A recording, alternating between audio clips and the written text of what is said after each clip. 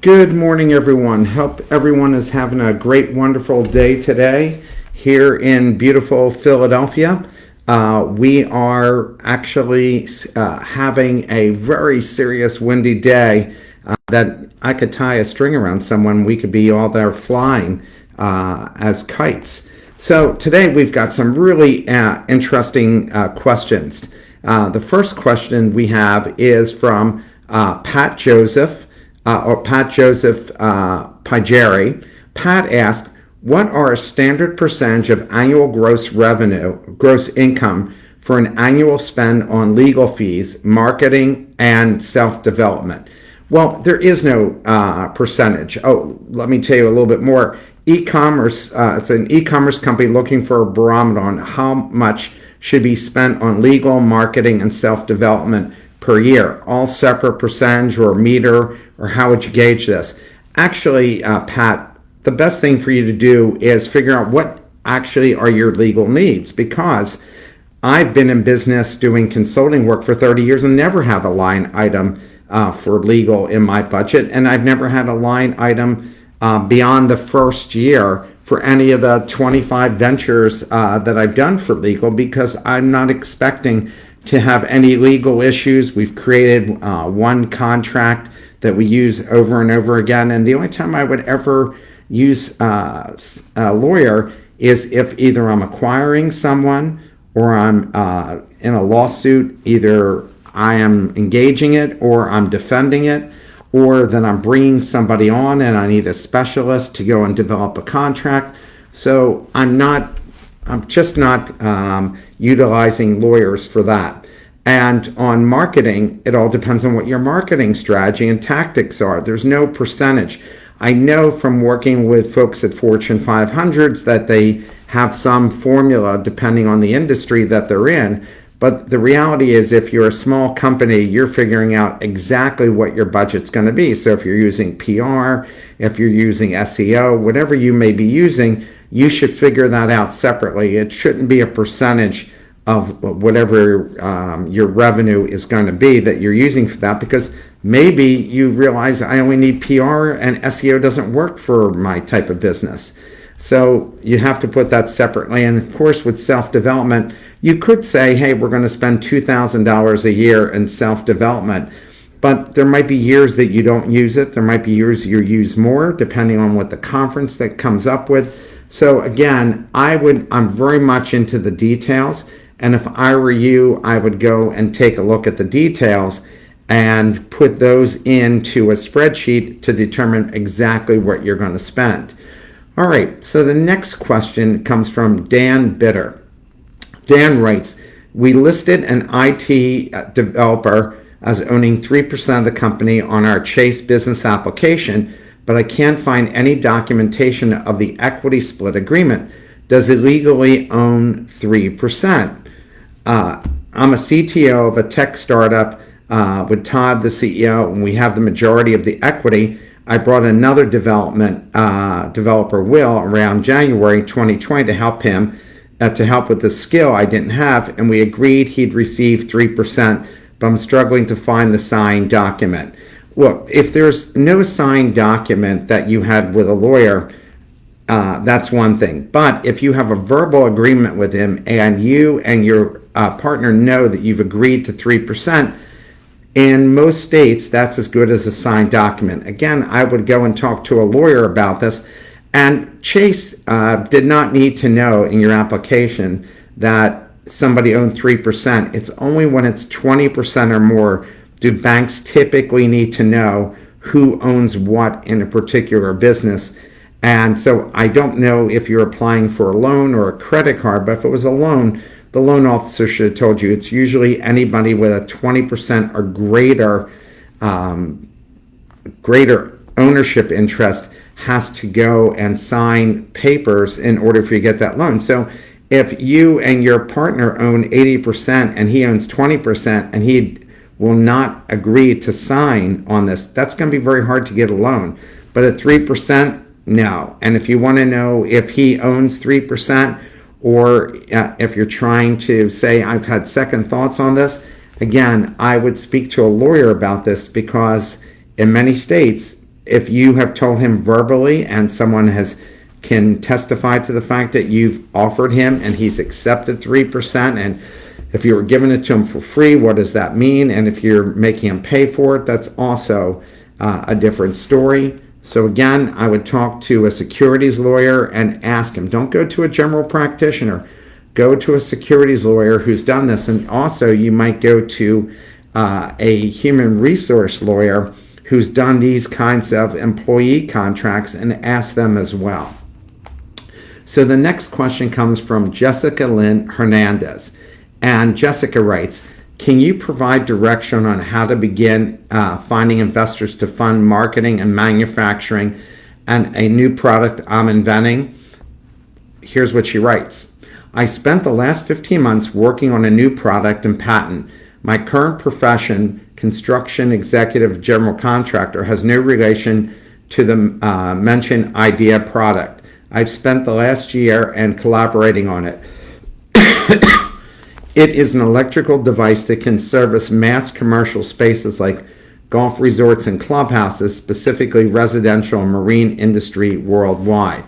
So you're asking if an investor would come in and fund marketing and manufacturing a new product for a new product you're inventing. So if in fact someone looks at this product and they say, I really understand it, I'm excited about it, an angel investor may go in and provide the capital you need to build it and market it out.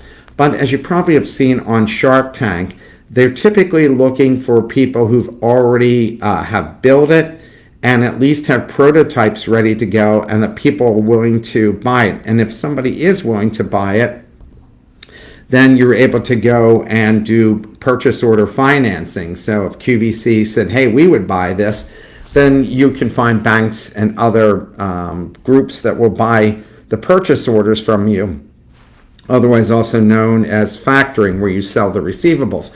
But if you do not have either, you can contact angel groups and ask them. And the best thing for you to do is actually call on accountants and lawyers that you deal with who can make introductions, because the chances of you actually raising money just by filling out a form on an angel group's website are pretty much next to nothing.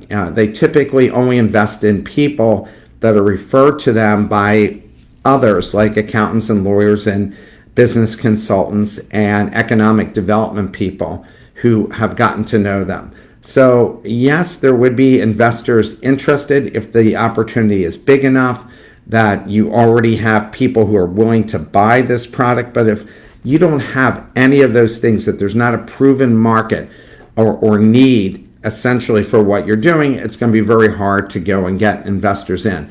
Investors like to put money in when revenue is flying out, revenue is growing so fast that a bank can't provide you with enough capital for you to meet demand. So in the beginning, when you don't have any demand, it makes it really hard, and you end up going to friends and family and borrowing against your house and maxing out your credit cards to see if there's a market for here. So best of luck with this. I hope that you'll let us know more about this as time goes along, but I hope you're successful. The next question is from Brad Letchworth.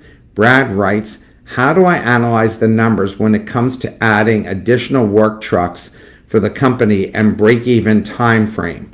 The business description, how do I review upfront capital needs and outgoing cost against projected sales in order to review purchasing a second or third truck for the company as I expand it? So here's what I suggest, Brad, that you do. You create a spreadsheet and you figure out how often that truck is being used. So let's say it's an 8-hour day, 60 minutes in an hour, and you start to put in how long that truck is actually out. And if you find that truck is out all day or a good chunk of the day, or it's not typically available when you need it, and you take a look at how much income is brought in by utilizing that truck, where it fits in to the cost structure of the product or whatever you're delivering out there that you're selling, then you can figure out exactly, do I actually need this truck? So let's say that when UPS sends out a truck, they know that this is how many deliveries the truck can make. They know how much time it takes to make each delivery. And so they're able to put together a spreadsheet that says to them, hey, we now need a second truck because all the time for the first truck is being used. And you also have to think about the maintenance of the truck, how many miles the truck can run. I know with the police department, a cruiser lasts 50,000 miles every 2 years, and then they have to think about trading it in, or they start to have problems because it's running so much. A cruiser's running 24/7 in a lot of police districts, and so it uses up a lot of miles and wears the truck wears the vehicle out. So again, creating a spreadsheet, seeing how many deliveries are, what the typical delivery time is, and how much business you're actually getting. If the truck's out only 3 days a week, well, then you have to figure out how to use that truck for the other 2 days. But if you're talking about 5 days a week and it's used all day long, then obviously another truck is needed because you've got income that can't be actualized until that truck delivers that product to wherever it's supposed to go. So again, using a spreadsheet, best way to go about it, and you'll be able to play around with the numbers. The next question is from Ricardo Delgado. Ricardo asked, how do I analyze purchasing another business? I have an opportunity to purchase a barber school. They're asking $80,000. Would it make sense to get a loan to buy this business? So, Ricardo, I don't know enough about the barber school, but if you take a look at the spreadsheet and you see how much income that barber school is bringing in, and figuring out there's a multiplier effect here and what they're asking. So let's say that the barber school is bringing in $100,000, and they're only netting, though, after all expenses, $20,000. Well, you'd have to go and take a look online and see if there's a comparable for a barber school or any type of school that you would buy, a private school that you would buy, and what do they say is the value of each student, and what do they say is the multiplier for what the net profit is. And again, this is more complicated because the barber school on 100,000 may be netting 20, but the owner is using it for car payments. He's using it for saying his condo is an office when it's really not. And you have to take a look at where the cash is going, and you have to take a look at, if you had to start this from scratch, what would it take, and how good is their reputation, and there's a certain value to the reputation. So there's a lot of things that go into a formula to determine if this makes sense. And after everything is said and done, you could probably get a loan, but you have to back the loan either yourself through your own assets, or you would go and use the assets of the company to go and back the loan. But if you're saying, is it better to get a loan than getting an outside investor, I would say it's always better to get a loan because interest rates are so low right now. And if you do a good job of building that school up, the value of the stock is going to increase dramatically. And so it'll be infinitely more worth it to you to go get the loan. And if you can amortize that loan for, instead of 5 years, if you can get up to 20 years, if you found a really friendly bank, but more likely like 10 years, well, that could be really good for you because the payments might be so low that you're almost getting the business for free based on the income that's coming in from the students. But you have to see what each value the student is. If a student is paying $5,000, how much do you actually invest in servicing that student? How much is left for you at the end of the day? And of course, when you're thinking about that student, the cost of each student, you have to think about not just the teaching, but the marketing, your facilities, everything that goes into it. So if you're charging a student $5,000, you might find out between your marketing, your facilities, your insurance, your telephone, everything else, and you divide it up into the number of students that it typically has, that you're only making $500 a student. So you have to factor that into it. So there's a lot of different ways that you can go looking at this to determine if something makes sense or not when you're going to go and invest. And again, I would create a spreadsheet. I would take a look at what they're doing, find out what the real cash is.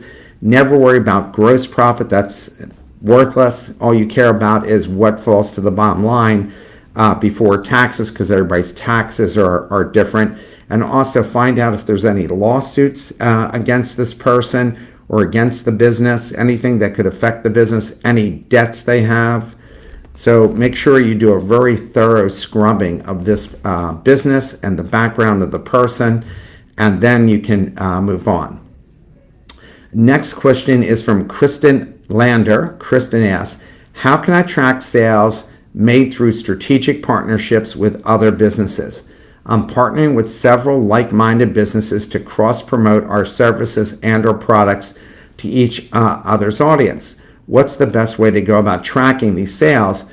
What else should I be considering in this process? So I think, Kristen, based on my own experience, this is pretty easy. I do this now. When anybody buys something, especially I run a trade association and tickets that we sell for events, we ask them, how did you find out about us when they pay the bill? And that's how we know if that person came from that strategic partner. And then we allocate them a percentage of that sale and send it to them. So you have to put into your tracking system that when somebody becomes a customer, one of the things they ask when they're signing up is, how did you find out about us? And having a list of all your strategic partners, because they might forget, oh yeah, I was told this.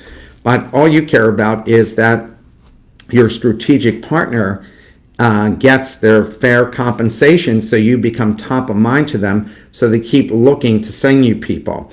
I remember that was what happened with me, that I sent this real estate firm a client, and they sent me a nice sized check, and I was like, oh my God, I really got to focus on trying to find these people more, because without me even asking them, we had signed an agreement. I really forgot about it. Somebody asked me a good place that they could open their offices. I made a couple suggestions, and they took one of them and they closed the deal. So again, that's what I would do if I were you, is making sure that every time a new client signs up, they tell you how they found out about you, and you have a list of places. If they said, I just found you in SEO, you should still have that. You should have every conceivable place that they could find out about you. And so that way you can tell also where your leads coming from. You know, we find out in my podcast, The Best Business Minds, that we get a lot of people signing up from startup communities. And that's an organization. And so we know that we have to put a little bit more fuel on that fire, because we're going to get more and more people signing up for our shows when we do that.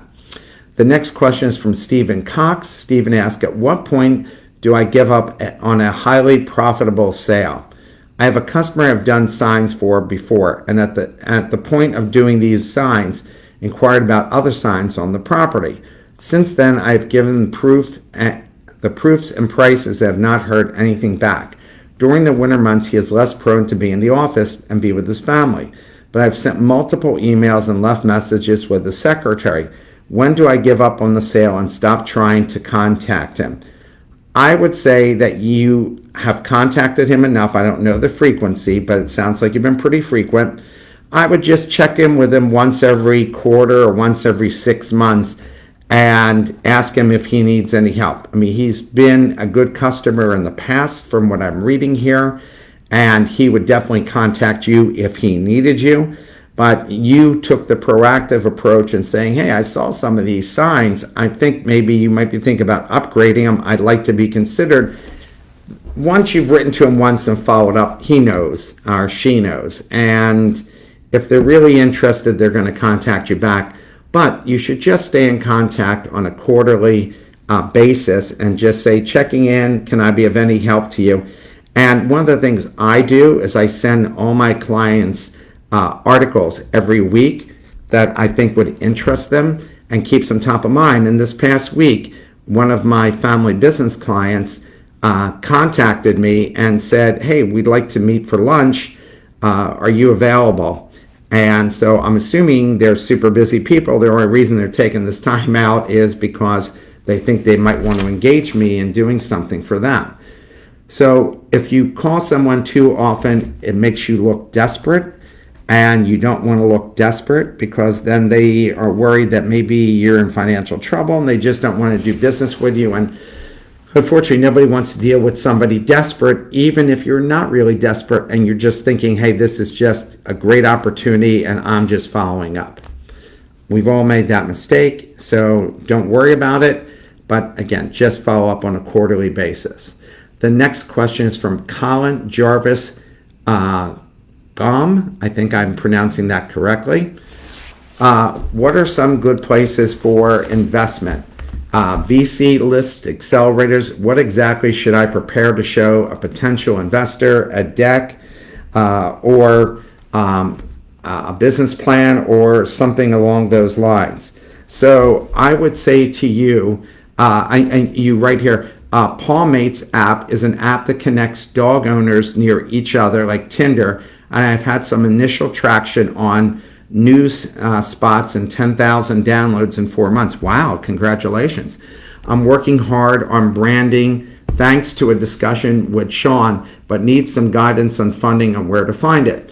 So what I would suggest that you do is, first of all, venture capitalists aren't going to invest in you until you're about 5 million in sales or greater. VCs 30 years ago, maybe even 20 years ago, used to invest in pure startups. In the healthcare space, they still do. But by and large, they're already looking for proof of concept and that you're making money.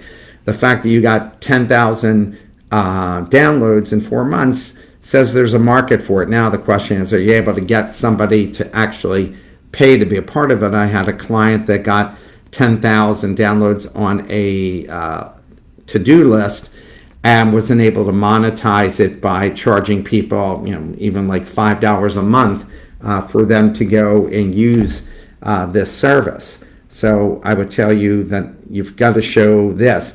But that being said, you would go to angel investors and you'd find out the local angel groups, and you would find out what accountants and lawyers know them, get the right type of accountant, lawyer, business consultant, and those folks could go and make an introduction for you. I do a lot of this work called Pitch to Me First, and where I'm looking at PowerPoint presentations. And I would start, if I were you, with creating a financial model and see how profitable this thing can be. Because if you can show, hey, we're going to do 50 million in 5 years because we're going to get this, and here's the other revenue streams we could develop. Like, I kind of think that you could be a dating service as well, because there are people who don't want to date people with dogs, and people with dogs typically want to date other people with dogs because they're comfortable around dogs or other types of pets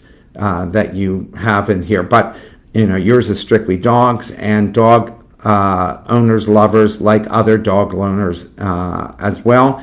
And as you've seen, there are people like just getting together and talking or meeting at the dog park. I had an English bulldog, and she made all the decisions about who I dated. If somebody came in and they didn't pet her, she made sure that they could find the door. It was funny. But if they liked her, then she liked them, then we knew we had somebody that I could potentially date. So again, I would go and contact lawyers and accountants and chambers of commerce and any kind of business that could make the introductions for you. I would let the angel groups know anyway in your area, and you can find those angel groups, of course, by typing on Google, but you could also go to the Angel Capital Association and find out what angel group is in your region. And every county has an economic development arm. They would definitely know who those are, and any of the lawyers or accountants who work with startups, they will also know.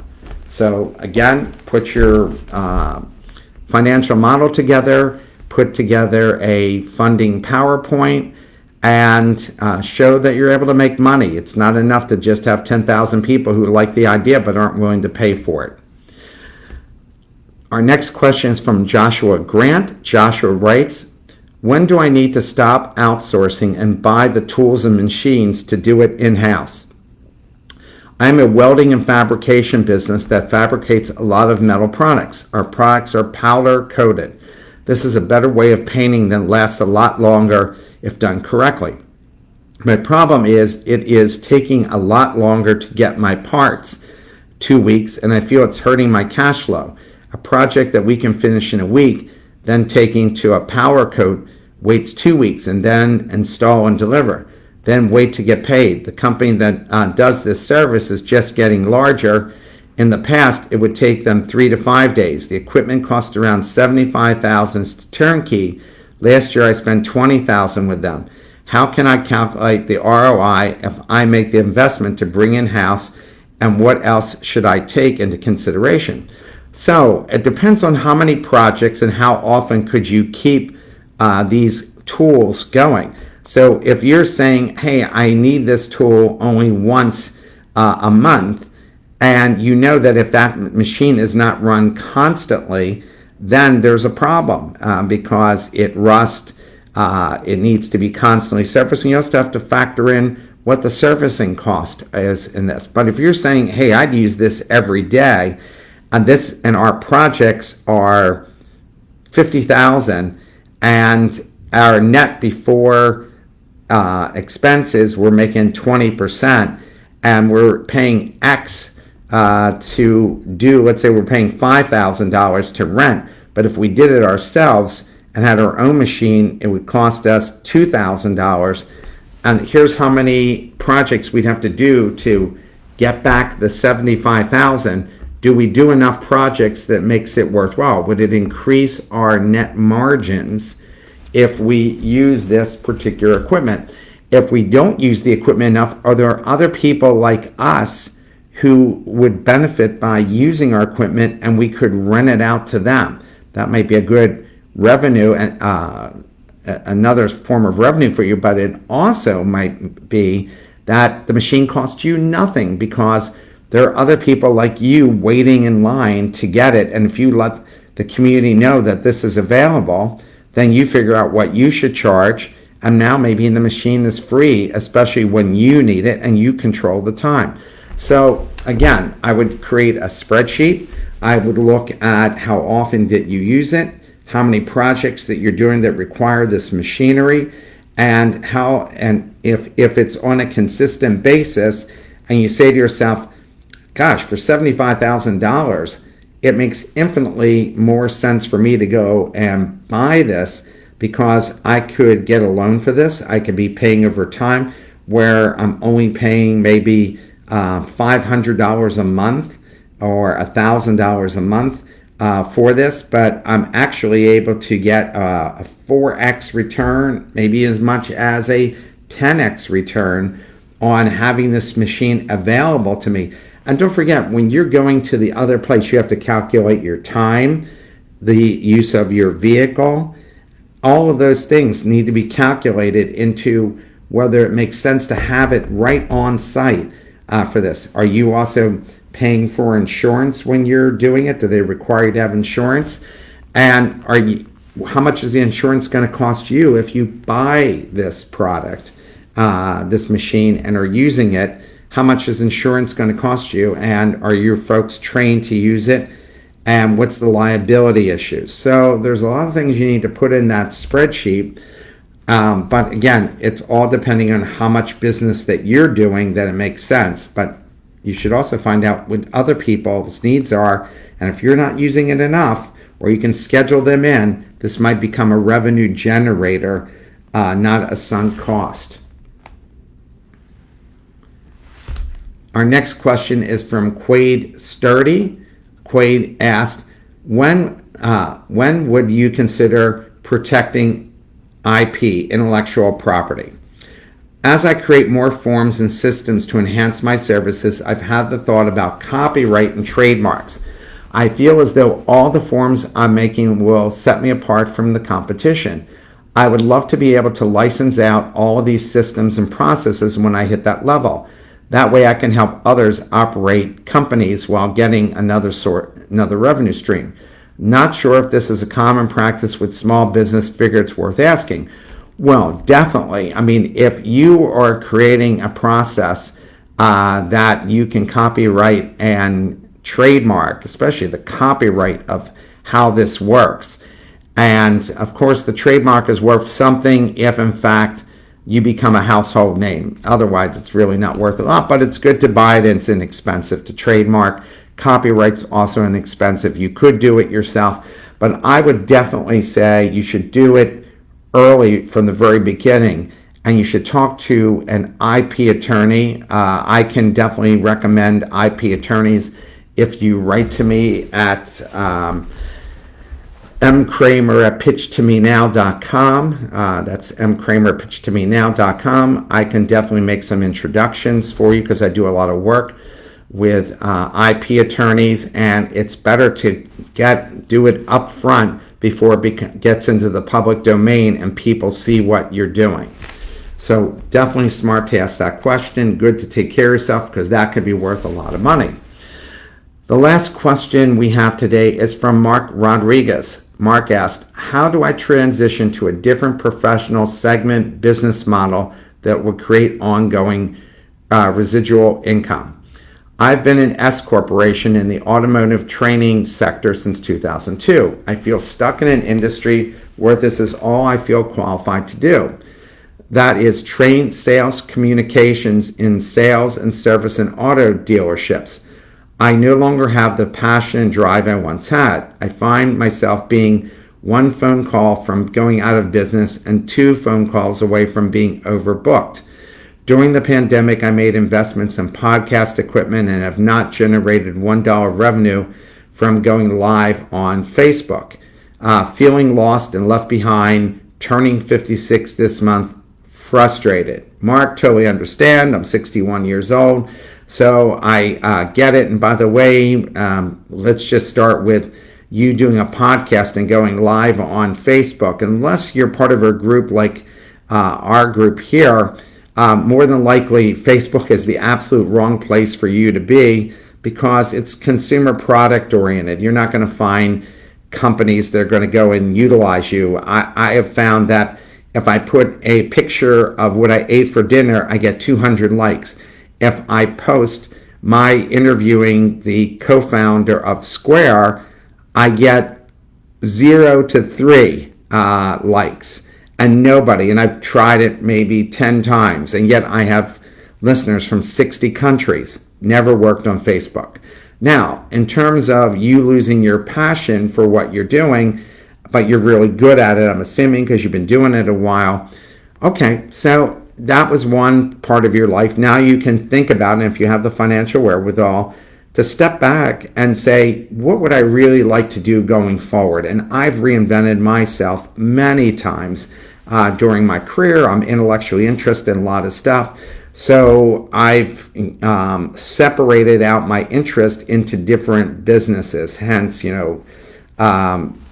for the one business where I'm checking out and reviewing people's financial presentations to investors, pitch to me first. I created that, and I get clients from around the country that send me their pitch presentations. I created Stress-Free Family Business for me to be working with family businesses. So you can think about what is it that you exactly want to do, that you have some expertise in, that you can compete with other people out there. Or you can decide, I really know the automotive industry. I really know sales in the automotive industry. I'm really tired of coaching people. So maybe what I'd like to go and do is still do something in automotive because I like it, and think about what's the biggest problems they deal with. I mean, certainly you providing training, and that you're good at it. What do auto dealerships want? They just want sales, right? But it might be that you also are training technical people that when they meet with the customer, that they're able to cross-sell the customer or make the customer at least aware of other issues that they should be thinking about.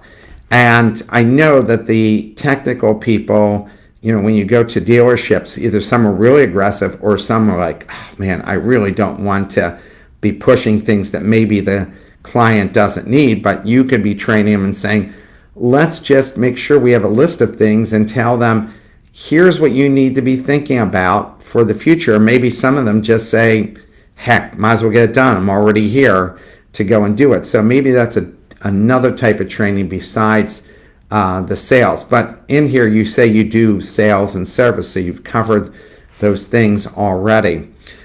Again, if you decide you want to do something totally different, then pick what that is. And maybe even at 56, because you could be working until 70 or 75. I have friends in their 80s who don't need to work, but they're still working because they enjoy the interaction. It makes them feel more complete, and they don't just want to be doing volunteer work.